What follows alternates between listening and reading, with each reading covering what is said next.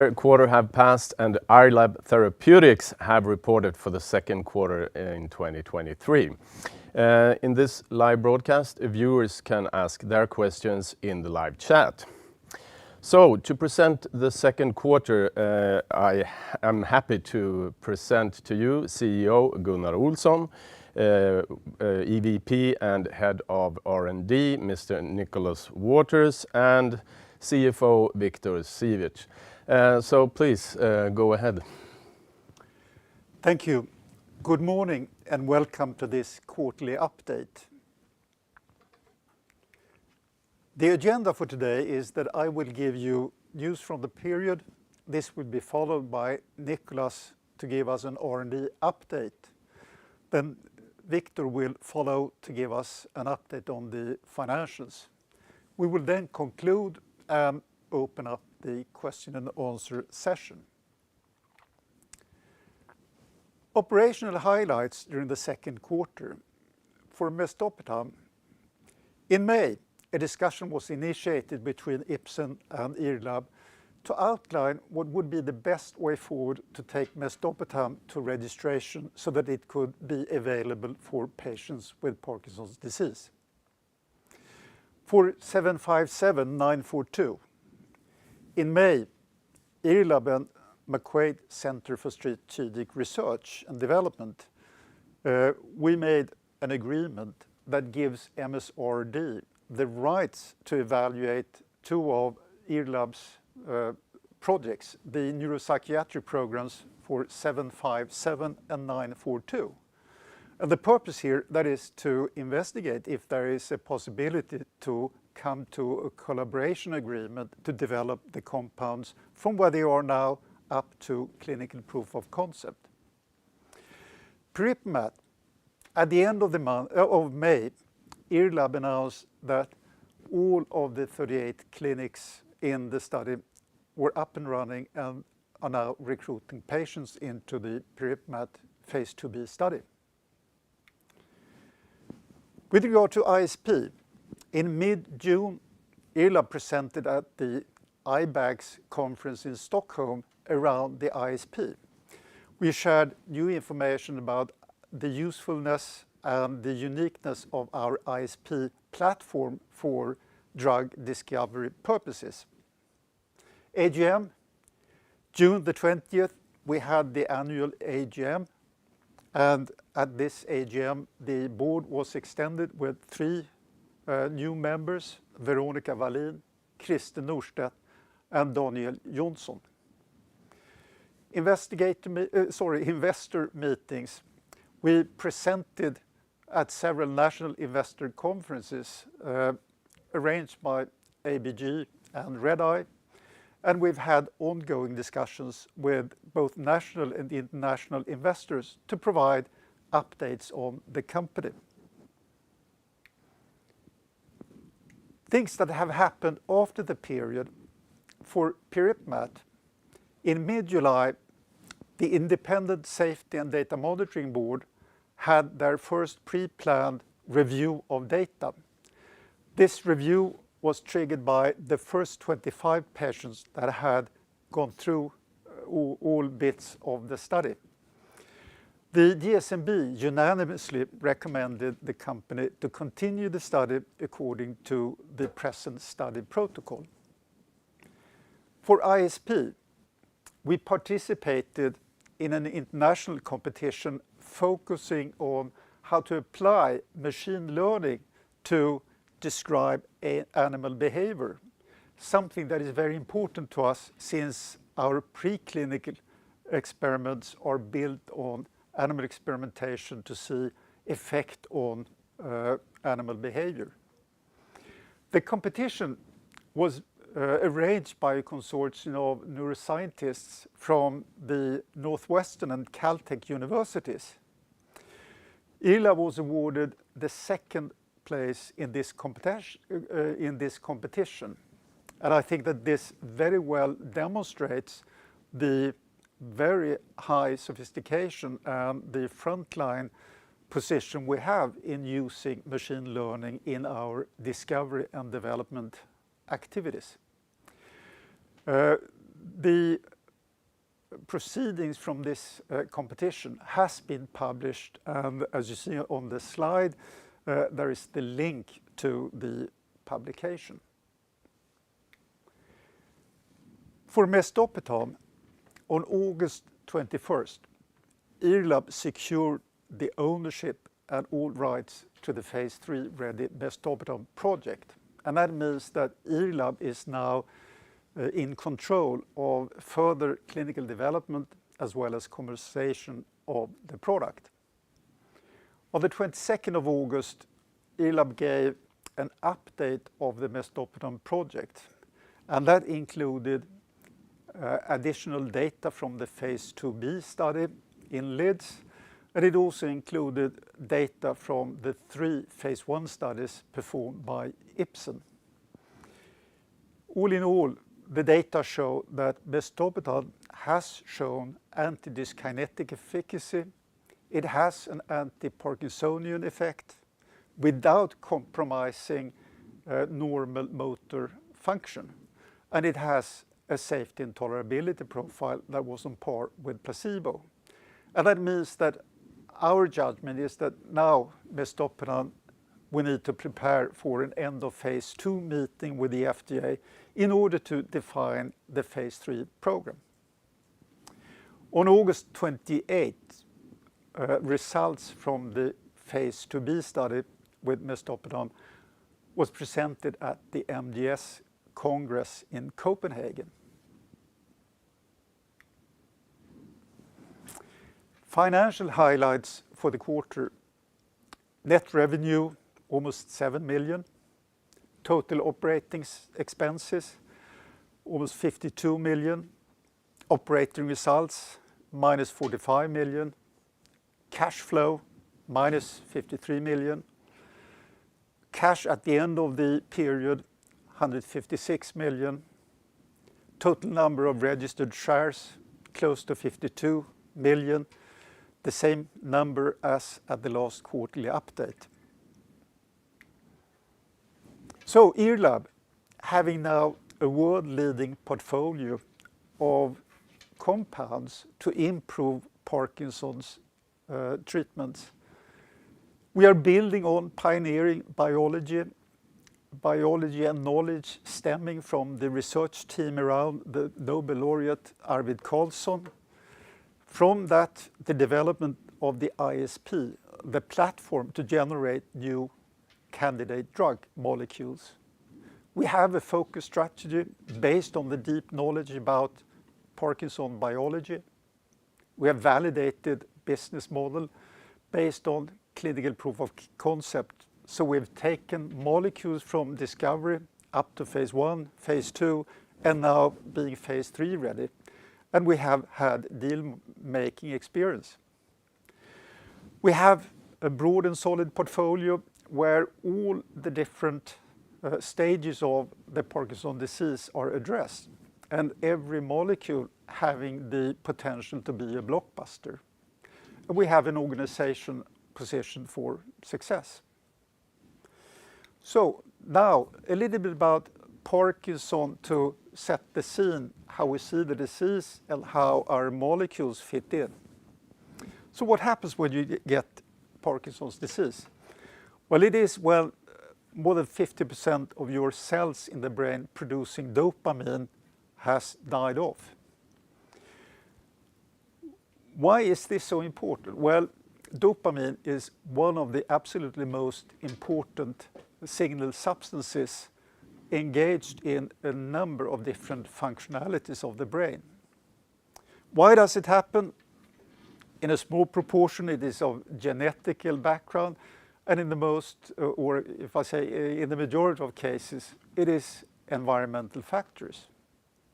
Hallmark symptoms, the characteristics, that is the tremor, it is the bradykinesia with slow movements, and it is rigidity. If you try to bend an arm, it will be very rigid. There are other symptoms, and maybe one of the most important one being postural instability. But the key take-home message, that is, Parkinson's disease is a chronic one, and it is progressive, and that means that this is lifelong and it worsens over time. What are the key problems for the individual patient? Well, different surveys have approached patients to ask, what is it that is bothering you? And here is one of the largest surveys. And as you see, the most frequent bothersome symptoms, that is balance and instability leading to falls, the hallmark symptoms of tremor, rigidity, bradykinesia, impairment of cognition, and mood changes like apathy, anxiety, and others. And the important thing here is that our projects, they align with these areas. And we can see that on this slide, if we look to the right, you see the impaired balance and falls, periapmat, hallmark symptoms, our 1117, cognitive decline, periapmat and 942, mood changes, mesdopetam 757, 942, and the motor complications seen with chronic levodopa treatment, mesdopetam. To the left, you see estimation of about 6 million diagnosed patients in the major markets. And you see that in the next 15 to 20 years, this will be more than doubled. So it is a growing medical unmet need. Here is just to illustrate the ISP, the unique platform for identifying new drugs. We're using a computer-based advanced systems biology technology to discover the new molecules. And if you look at the right, you see a three-dimensional picture rotating. And every dot is a molecule. And then on the different axes, we can apply different characterizations of things we want to see with a molecule. This is just for simplicity. In our computer modeling, we're simulating with up to 600-700 dimensions to really see that a molecule brings what we want it to bring. And all in all, this results in first-in-class medicines because it's really innovation. And that in turn generates very strong IP position. And the important thing for us is that already at the time when we select a new molecule, we see where we have the largest potential. We are guided on where to go. And maybe the most important thing, that is that this gives higher probability of success to reach late clinical development when we compare to industry standard, which is using the target-generated strategy for screening. So this is our engine of creating our innovative molecules. With the ISP, we've built this portfolio, and I said, my view, this is a world-leading portfolio. Mesdopetam, our lead or most advanced project, now have finalized the phase 2b study and the next major event, that is the end of phase 2 meeting with the FDA to outline a phase 3 program for treatment of LIDs. Pirepemat, our compound to prevent falls in Parkinson's disease. We're now running the phase 2b study, and we hope to see the results coming out first half next year. 757, our drug for apathy. We are now working in the preclinical field, and we hope to have the project phase 1 ready by the end of the year. The 942, our treatment for cognitive impairment, preclinical development, we hope to see this one being phase 1 ready by first half next year. And 1117, our treatment for the hallmark symptoms, but without all the complications we see with chronic levodopa treatment. We hope to see this one being phase ready during next year. And a product with the profile that we see for 1117, it has actually the potential to replace levodopa in the future. Something about now how Parkinson's disease evolves over the lifetime of the patient and how our products fit. Here you see a slide of a graphical slide of how the development of Parkinson's disease. At time point 0, at the middle of the cartoon, that's when the symptoms occur and the diagnosis is defined. Then you see over time increasing symptoms, and where we are focusing, that is on the psychiatric symptoms and the motor symptoms. And how do the projects fit? Talking about mesdopetam, you see here in gray boxes where we see that mesdopetam will provide some benefit. We then go to Pirepmat. We see other gray boxes filling up, and this is where Pirepmat will be able to help. Then 757, yet another box, 942, and the 1117. And then the important thing, that is to see what is the picture looking like when we take them all together. As you see, with the portfolio that we have and that we are working with presently, we will be able to provide beneficial effects to patients throughout their journey of the disease in the great majority of symptoms and complications. And that makes us excited about our portfolio. So with this, I think it's time to now leave over to Nicholas, who will give you some more detailed update on the R&D side. So please, Nicholas. Thank you, Gunnar, and thank you everyone out there for listening in today.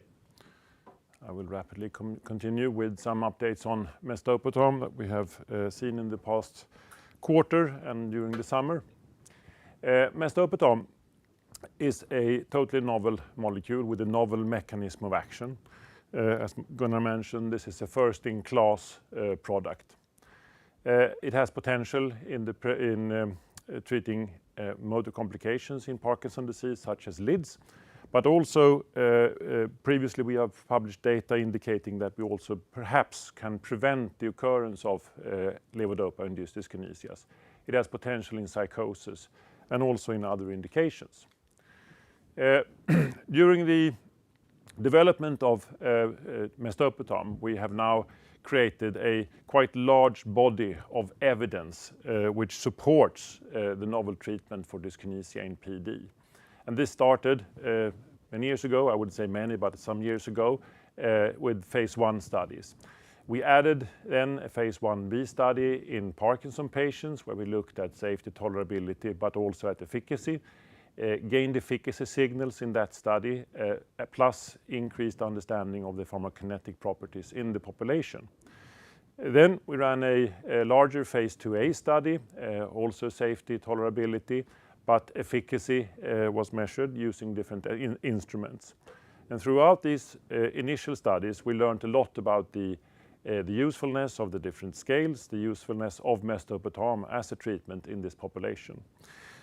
We decided to start a phase 2b study, which has now been concluded, and we presented some data earlier last week and also at Movement Disorder Society meeting in Copenhagen on Monday. With this package, we believe that we now have sufficient documentation around the safety, tolerability, but also estimations of efficacy on the compound, so that we can move towards pivotal studies. That, of course, needs, but we prefer to have an end of phase 2 discussion with the FDA before we enter into that program. It's fair to also mention that there are other indications possible for mesdopetam. Having a drug with the profile that we've seen in this quite severe neurological population of Parkinson patients it's clear that expansion into other types of indications is possible. And of course, PD psychosis is one life cycle management option. We also have LIDS prevention, which is an interesting and challenging prospect in terms of clinical trials. But then we also have tardive dyskinesia, which is to some extent driven by the same mechanisms as LIDS. So therefore, we believe there is a fit for mesdopetam in that indication as well. One thing that's important to mention here is that during the collaboration with Ipson in the past 2 years, they have been extremely diligent in pursuing certain aspects of the development of mesdopetam. And that these are studies which are necessary to have when you file for a phase 3 application. And these are phase 1 studies looking at primarily the pharmacokinetics of a compound. And that means the absorption, the distribution and excretion of the compound. And one does so in different genetic populations such as Asians, non-Asians, African Americans, etc. And then we've looked at the possibility of mesdopetam interacting with other drugs and changing the profile of mesdopetam or the other drug actually. And there we see no risks. And then a mass balance, that's the study where you look at where all of the compound goes and how long it takes before it leaves the body as in total. The implication of these results are really important for the further development of the compound. We have predictable pharmacokinetics. There is no difference between the different populations we've studied. The genetics have no impact on the different genetics have no impact on the or very little impact on the pharmacokinetic profile. We expect that we will have a simple and uniform dosing, 1 pill twice daily that will help the patients. So there is low risk of dosing errors. There is no complicated dosing strategies with this. Will be no complicated dosing strategies with mesdopetam.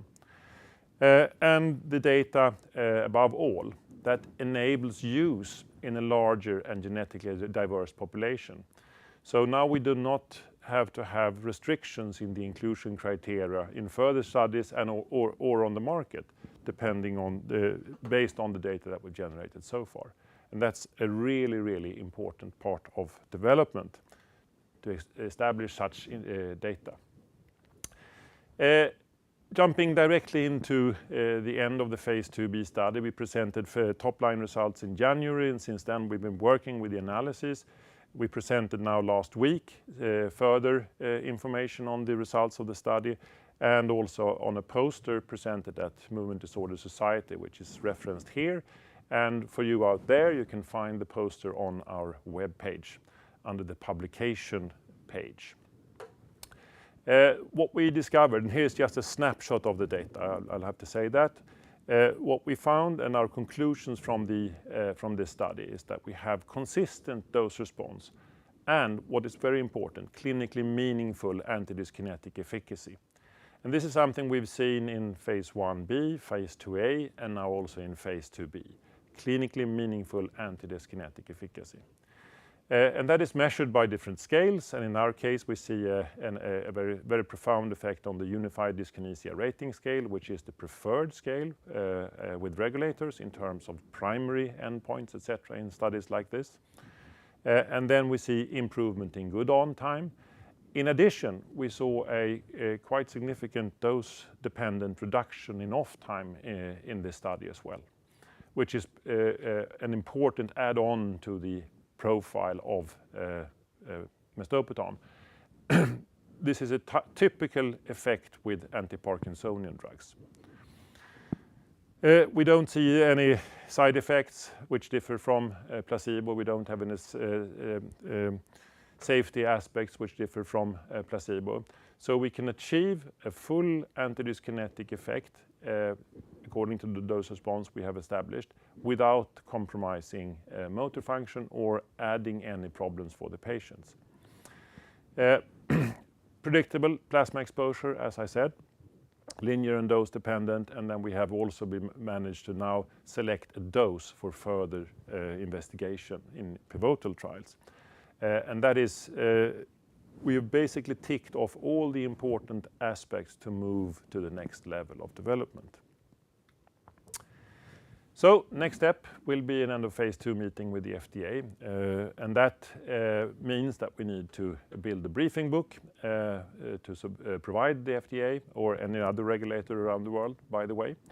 And that we will do in collaboration with experienced regulatory and clinical advisors, people that have done this many times before with this specific objective of Parkinson treatments. We will have support from Ipson, as stated in the press releases we've provided during the peak period. And this is all to define the final protocol for a phase 3 program.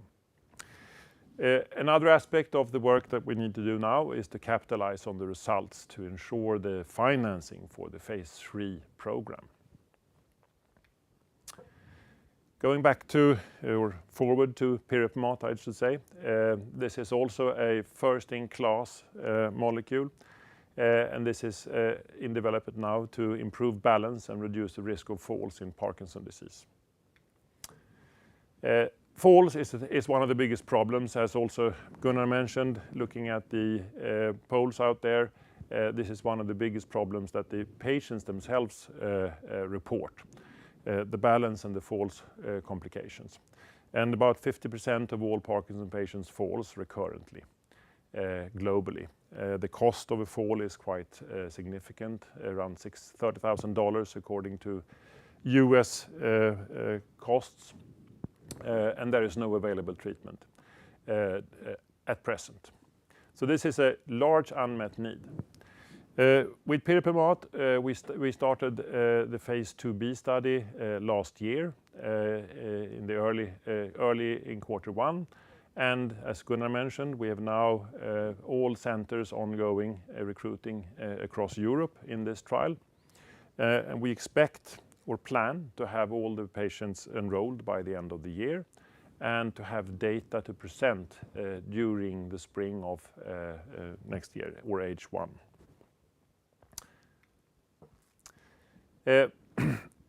As I said, this is a first-in-class molecule as well. It is a novel mechanism to activate certain circuitries in the cortex of the brain.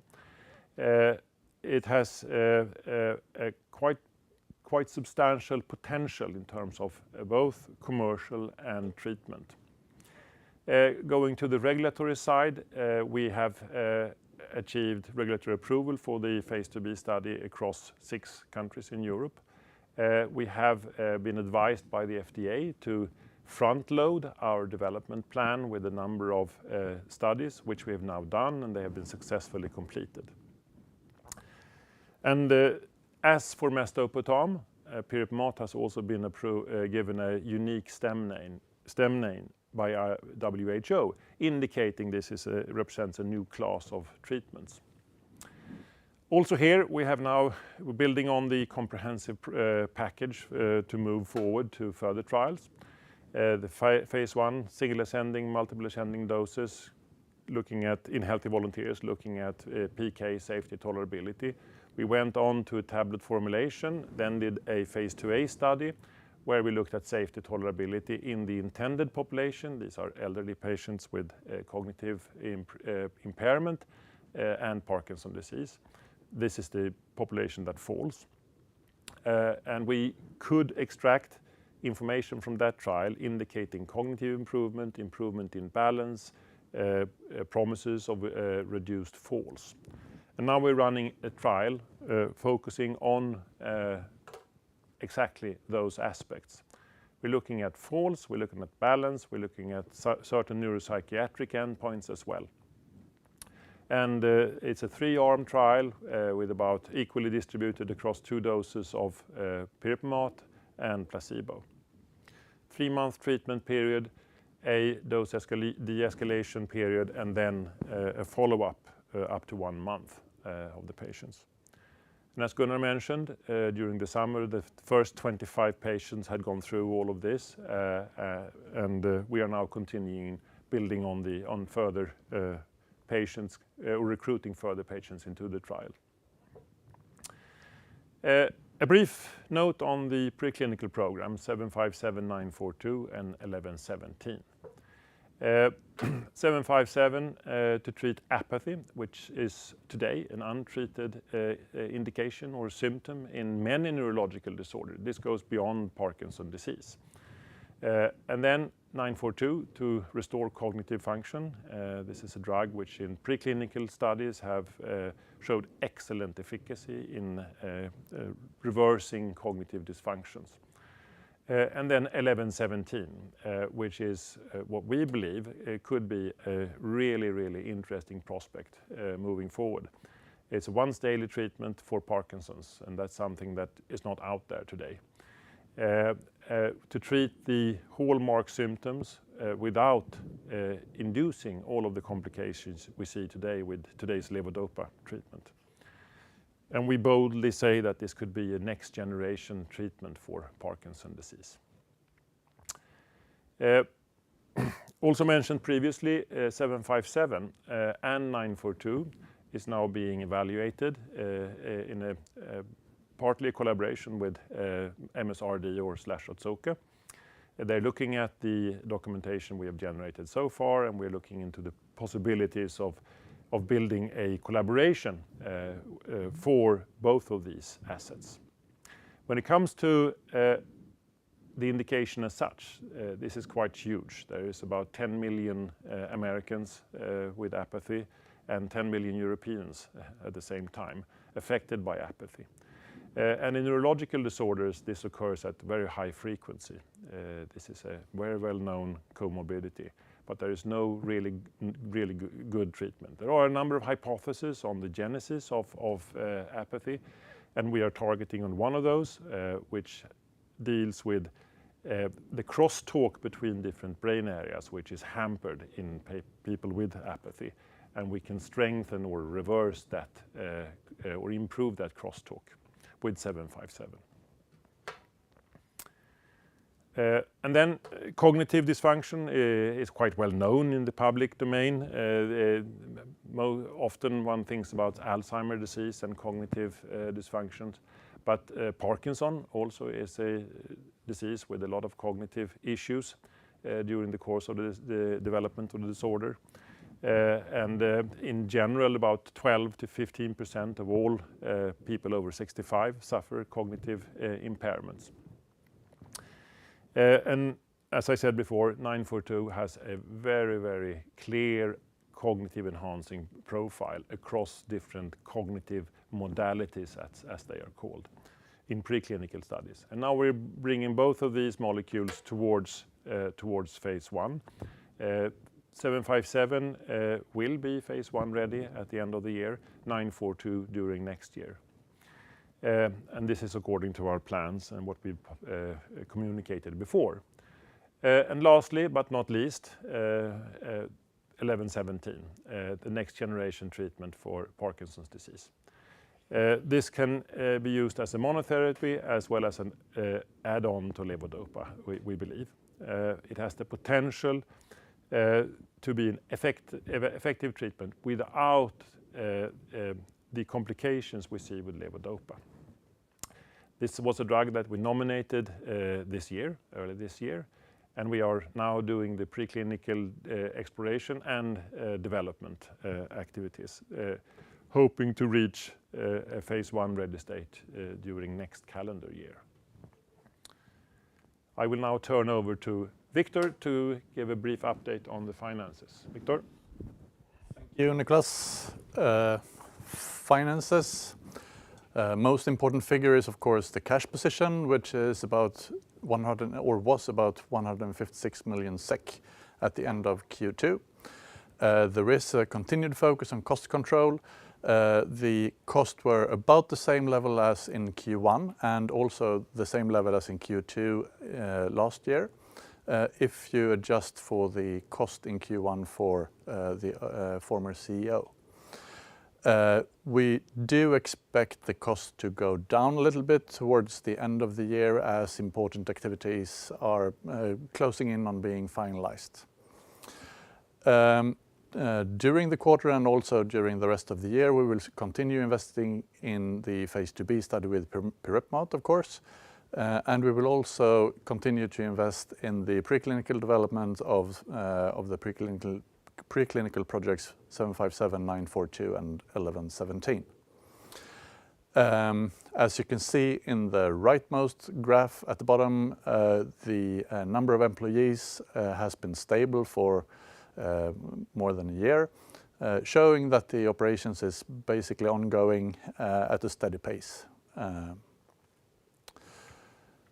The analysts that cover us and are with us today is Frederick at Redeye, Gonzalo at ABG and Zu at Edison.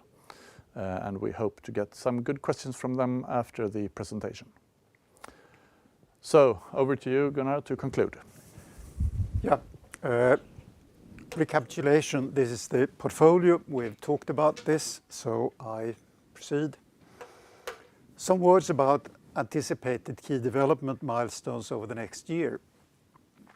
Q3, actually what you see here to the left, we have already mentioned in what happened after the period, so I won't repeat that. But when we look into the Q4, we anticipate a second DSMB review of the phase 2 study with pirepemat, and that is again according to a pre-planned model that we have. We also anticipate that the pirepemat phase 2b study will come to end of patient recruitment by the end of the year. As we mentioned, 757, we hope to see a phase 1 ready project at year end.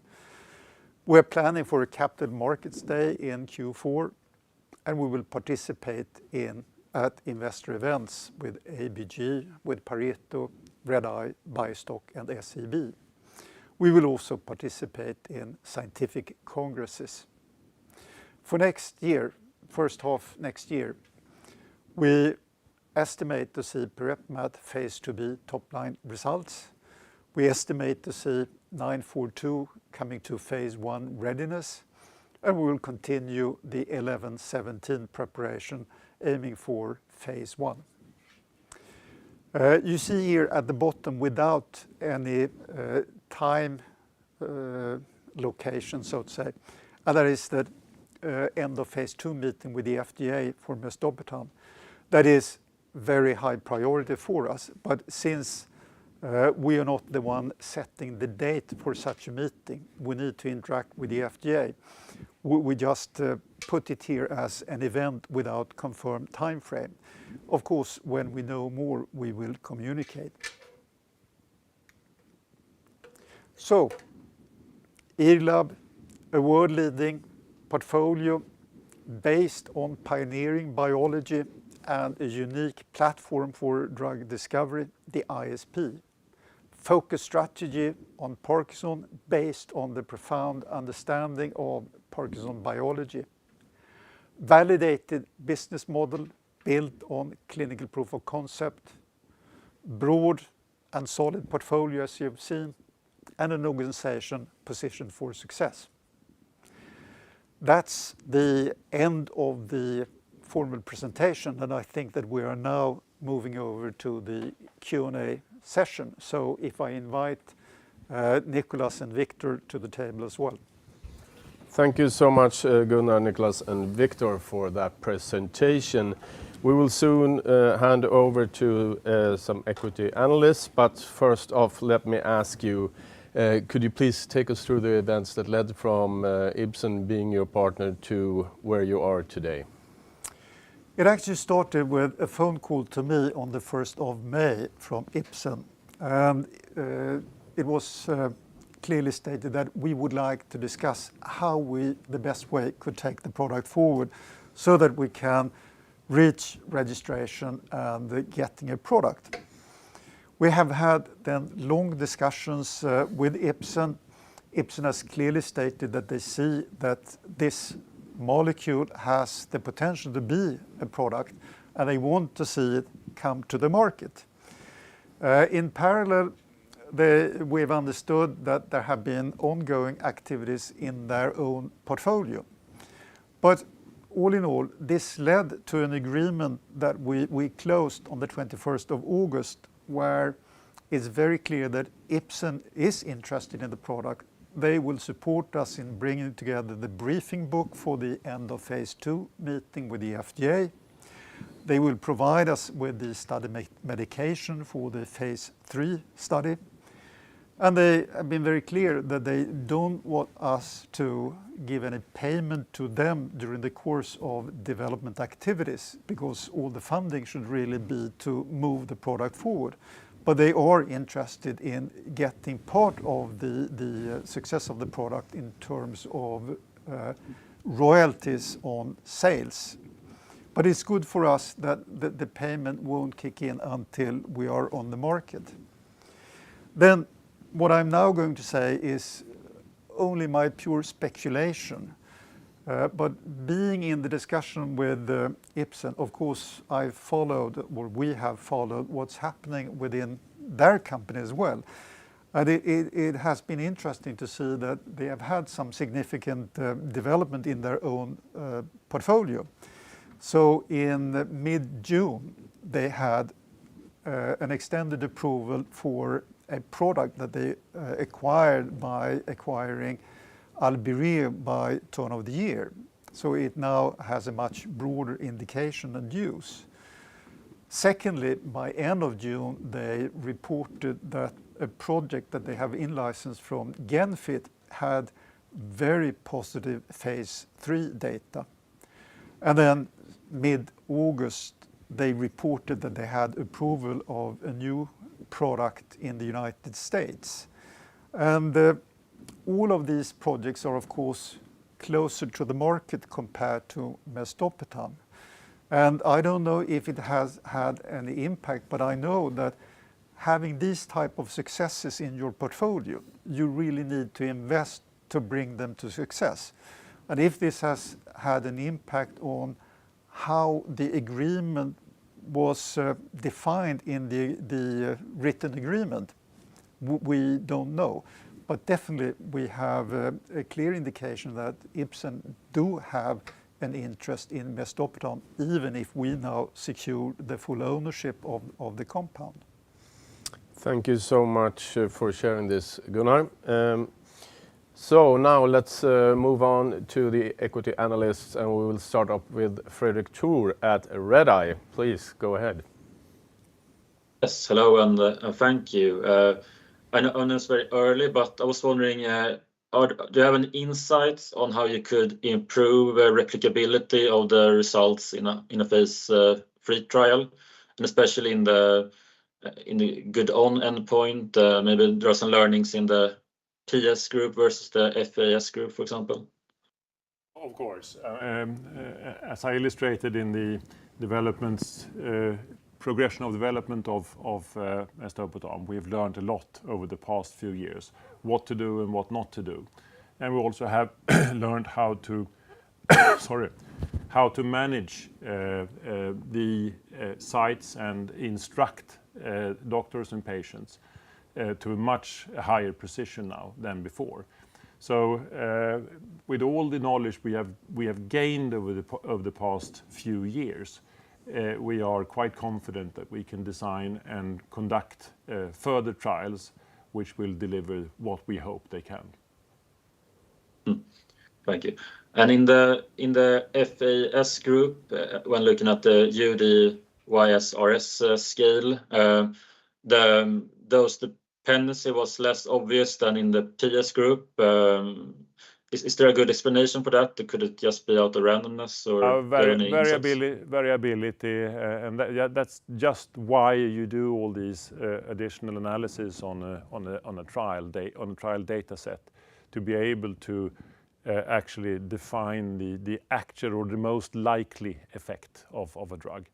And the dose response we see here, I reiterate that we've seen that also in the phase 2A study. Dose responses on the important endpoints, indicating that we actually have a very clear understanding of the optimal dose to be used in further trials.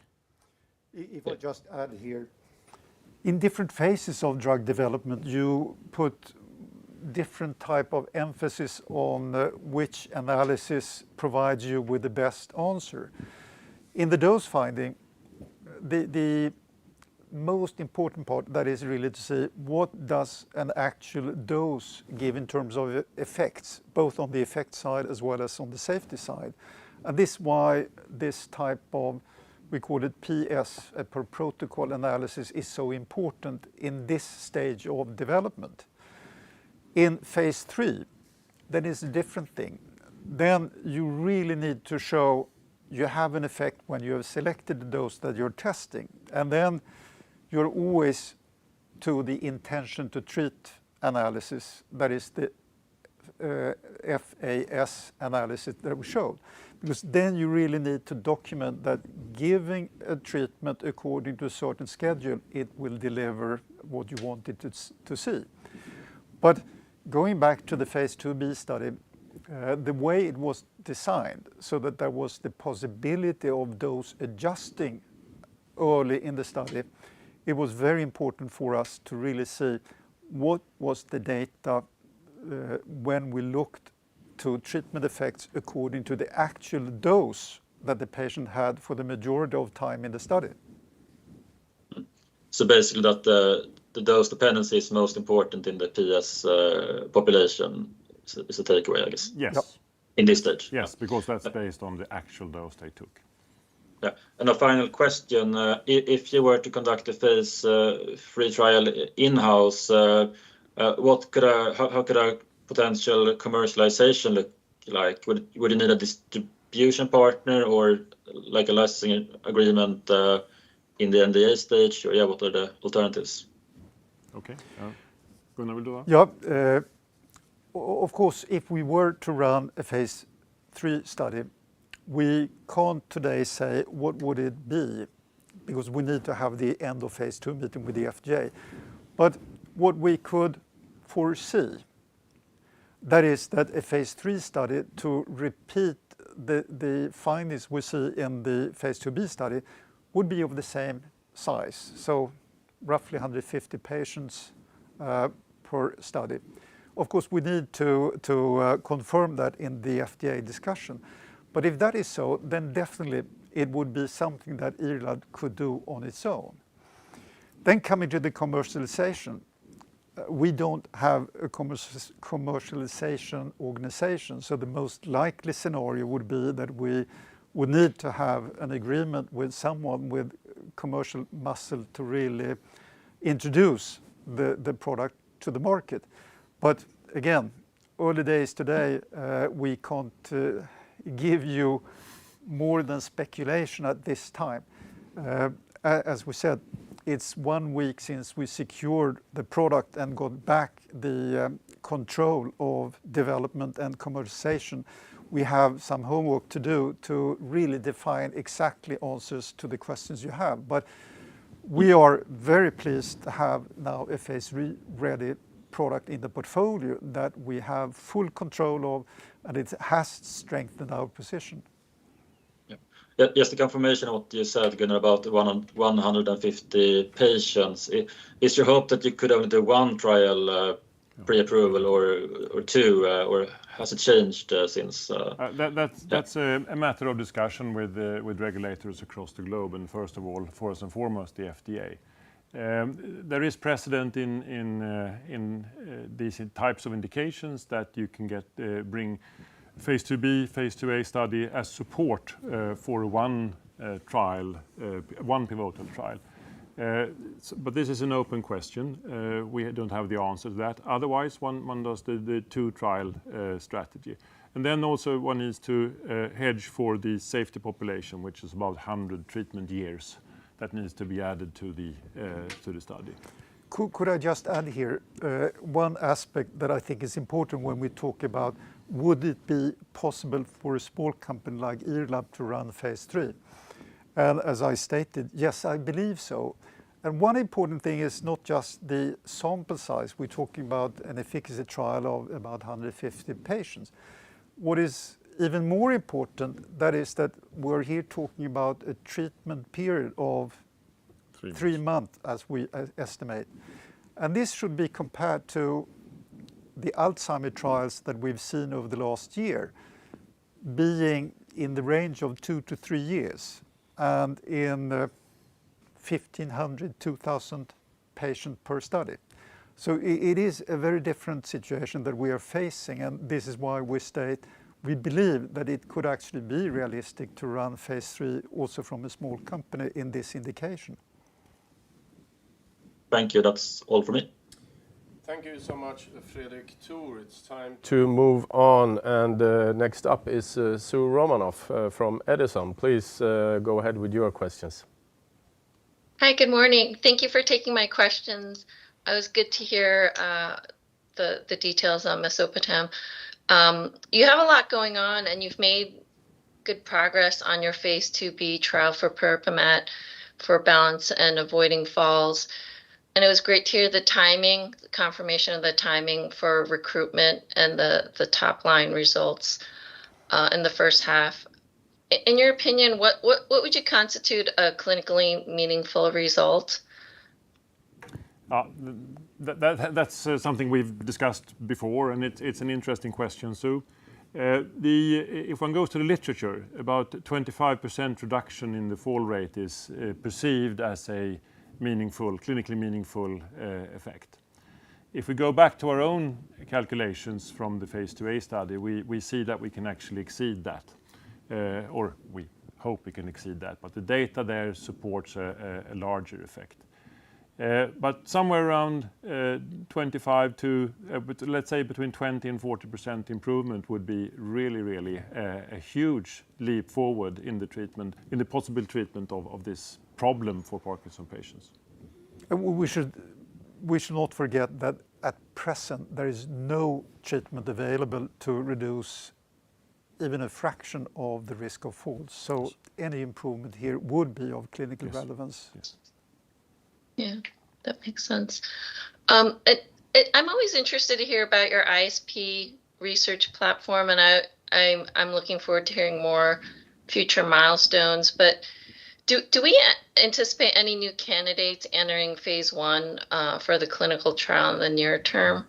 Yeah, as we presented today, we will have 757 phase 1 ready by the end of the year, which means that the next step there would be clinical trials. First of all in healthy volunteers and later on in patients. Same with 942. During next year we will have it ready for phase 1 as well. And perhaps also even 1117, and that would in 2025 we would have a company here with 2 late-stage programs, one in phase 3 perhaps, and even one approaching phase 3, and then a number of phase 1 assets moving towards phase 2. So we have a quite hefty work ahead of us, but that's also good for all our stakeholders. Yeah, it's good to hear about those, and that was kind of my next question on the MSRD. How do we have any? Is there any other updates you can give us on those discussions? I mean, that's obviously a huge positive, and kind of kudos to you guys on the ISP. The only thing I can add here to what we've already presented, that is that we are in this period where they are evaluating our compounds. Of course, we are continuing developing activities with the compound to drive them forward. We see that this is something that we are hoping to come through, but of course we are at such an early stage where still the molecules are evaluated by the other side, and we're awaiting to see their feedback where the discussions can continue. Any development in the discussions is of course something that we will actively communicate, but the good thing is that we are in these discussions now, and we'll see where they land. Yeah, and an important addition is that it's not only one-way evaluation. We have a reciprocal evaluation, and looking at the how would a collaboration look from our perspective to be good enough for entering into such a collaboration. So that there are lots of things going on, Yes. which we cannot, of course, discuss. But when we have reached some milestone in these discussions, we will, of course, provide that information. We're obliged to. Right. Okay. Thank you for the update. Thank you, Sue. And last but not least, we have Gonzalo Arak from ABG Sundal Collier. Please go ahead. Hello, and thank you for taking my questions. I will start with one on the data you just presented on the 28th at the MDS Congress. If we focus there in the baseline characteristics of the treated population with mesdopetam that you presented there, it seems that the group that received the highest dose of mesdopetam also received a higher dose on average of levodopa, 32% higher versus placebo, to be more exact. Why do you have this difference in levodopa dosing across groups, and what are the implications, if any, of this difference on the positive signal that you have seen in this group? The way we see it is very little. This is not an important difference between the groups. It's by chance, of course, that they end up with these differences, perhaps differences in doses. But this is also individualized treatment with levodopa, individualized dosing for all of the patients, but stable during the trial, and it just happened to come out like that. So that has nothing really. We don't see that as influencing the results at this stage. Okay, thank you. And the second one, also in the same data set presented, it's regarding the primary endpoint of this study. The improvement of 1.75 hours, it seems to come from a post-hoc analysis of the data scaled to 16 hours awake. Yes. Could you give us a bit more color on this measure? And has it ever been used in that way, of this 16 hours adjustment as a primary endpoint in any previous phase 3 study? Yeah. As we move along, we will likely not use the diaries as the tool for the primary endpoint, as pointed out before. We will now, since UDysRS is the preferred endpoint for regulators, that's probably or most likely the way we will go. And also given the fantastic results we have in the phase 2A study, the results on UDysRS in the phase 2A study is on par or better with what has been published with other treatments before in registration files. So therefore, that's a quite likely way forward for us. The normalization to 16-hour wake hour time is something that we were advised that the FDA does with the data. When they get the data set, they do that calculation to control for variability in sleeping time or patient individual sleeping time, so that you compare apples with apples, so to speak, instead of apples with pears. So that's something that they do, and we wanted to do that to be sure that we don't miss anything out. And then when you say post hoc, that has to do with the compliance of in the patient population. We wanted to look at the patients that actually took their medicines more than 80% of the time during the trial, and that was done at that stage. Okay, great. And one last question from my side. It's from the report today. You mentioned that the PDPMAT trial is recruiting slightly slower than expected, and that there are actions being taken right now to speed up the recruitment. Yes. Could you give us some color on these measures that you're implementing now? The measures we've been implementing during the summer and the spring actually is adding one country, the Netherlands, opening up 2 sites in the Netherlands, quite large sites, and there we have the world's experts in falls in Parkinson as well. And then we are taking measures at every site. And I can't go into the details because they would be too complicated to explain, but details on how we incentivize the patients and the doctors to actually get into the trial. Great. All clear from my side. Thank you very much. Thank you so much, Gonzalo, and it's the hour's gone fast. Thank you so much for presenting. Thank you for viewing, and welcome back the next time. Thank you. Thank you very much. Thank you.